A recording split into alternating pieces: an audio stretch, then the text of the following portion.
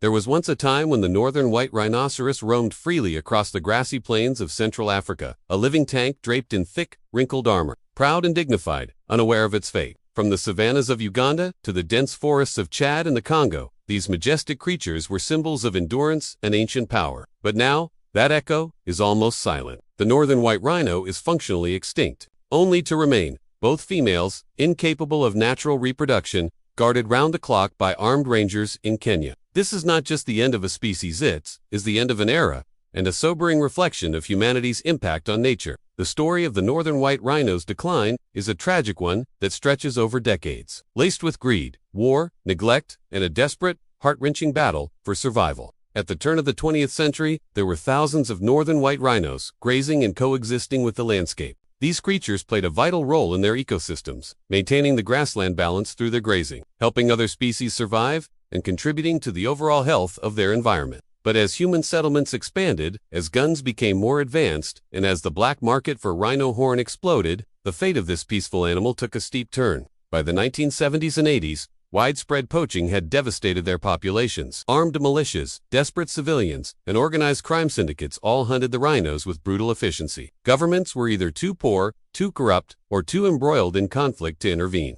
And so, the northern white rhino began to vanish before the world's eyes. In 1980, only 15 remained in the wild, all confined to Garamba National Park in the Democratic Republic of Congo, one of the most unstable regions in the world. Despite the grim numbers, conservationists clung to hope. In the 1980s, a decision was made to take a handful of northern white rhinos into captivity for a breeding program, hoping to save the species from extinction. There, the rhinos lived, fed, and even bred in a controlled environment. It seemed, for a brief time, that the species might be saved. But breeding rhinos is not a simple task. They are slow to reproduce, with a gestation period of 16 months and long intervals between births. In captivity, many failed to breed due to stress or poor environmental adaptation. By the early 2000s, it became clear that the captive population was aging without producing enough offspring. Meanwhile, the wild population was all but gone. In 2006, a final survey in Garamba found no evidence of the northern white rhino. The wild was silent. They were gone. With the last remaining rhinos aging in zoos, scientists made a bold move. In 2009, 4 individuals, 2 males and 2 females, were flown from Devar Krolov to the Ol Pejeta Conservancy in Kenya. The hope was that the warmer climate and natural habitat would stimulate breeding. Their names were Sudan, Nagin, Suni, and Fatu. Sudan, a towering male with a gentle demeanor, quickly became the symbol of the species. He was the last male northern white rhino in existence, and the world pinned its hope on his ability to father a new generation. They were guarded day and night, treated like royalty, every medical need tended to, every interaction monitored. Conservationists, veterinarians, and armed rangers dedicated their lives to the care of these animals. Media campaigns followed them, and Sudan became a global icon. His face was printed on posters, news articles, and conservation banners. But despite all efforts, the natural breeding attempts failed. Sudan was old, his sperm count low, and the 2 females Najin and Foto faced their own reproductive challenges. Time was running out. In 2014, tragedy struck again when Suni, the only other male capable of mating, died of natural causes. Sudan was now the last. The world watched with bated breath.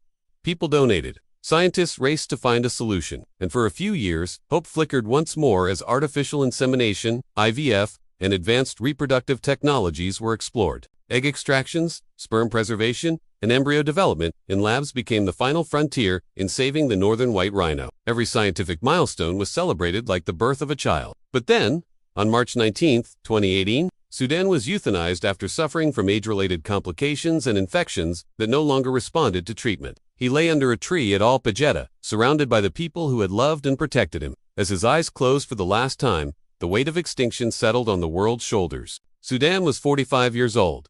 He had lived a full life, but the species, without a single living male, had crossed into the realm of functionally extinct. Today, only Najin and Fatu remain, a mother and daughter pair, watched by armed guards at all hours. Their presence is both a miracle and a burden. They are the last hope and the final witnesses of a vanished world. Scientists continue to work around the clock to preserve their legacy. Embryos created from stored sperm and extracted eggs have been successfully developed, and there are plans to implant them into surrogate southern white rhinos, close relatives, to try and bring back the species. But the process is delicate, slow, and uncertain.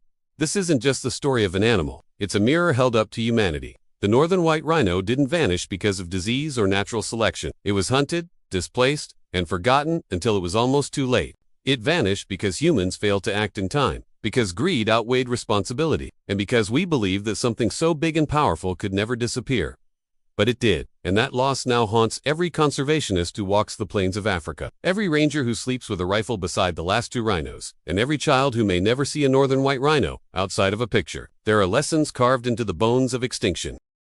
The story of the northern white rhino reminds us that saving a species is about technology, alone it is about empathy, urgency, and foresight. If the massive, armored northern white rhino could vanish in the age of satellites and science, then no species is truly safe. The extinction of the northern white rhino is not a distant tragedy. It is happening right now, and we are the witnesses. Yet, even now, in the face of overwhelming loss, there remains a fragile thread of hope. The embryos stored in nitrogen tanks in European labs, the dedicated scientists at Biorescue, the determined rangers at OLP, and the global movement to save wildlife all carry a silent vow. Not again, not on our watch. The fight to save the northern white rhino is no longer just about one species. It is a symbol of the broader battle to protect life on Earth. It is about waking up before more species slip through our fingers. Perhaps one day, a calf will be born from science and love, carrying the DNA of Sudan, Nagin, and Fatu, and will once again walk the African plains. Perhaps school children will gaze upon this miracle creature and hear the story of how close we came to losing it forever. And perhaps, just perhaps, we will choose a different path the next time a species cries out for help. Until then, the mother and daughter remain under the vast sky of Kenya, grazing quietly, watched by the world, their bodies still breathing, but their lineage all but gone. Their presence is a ghost story wrapped in hope, a silent reminder of what was and what still might be. The northern white rhino stands at the edge of oblivion, not with a roar, but with a whisper. A whisper that says, "Remember us?" Like and subscribe to Rescue Animal Tales to honor this legacy and support the ongoing fight to preserve Earth's most vulnerable creatures.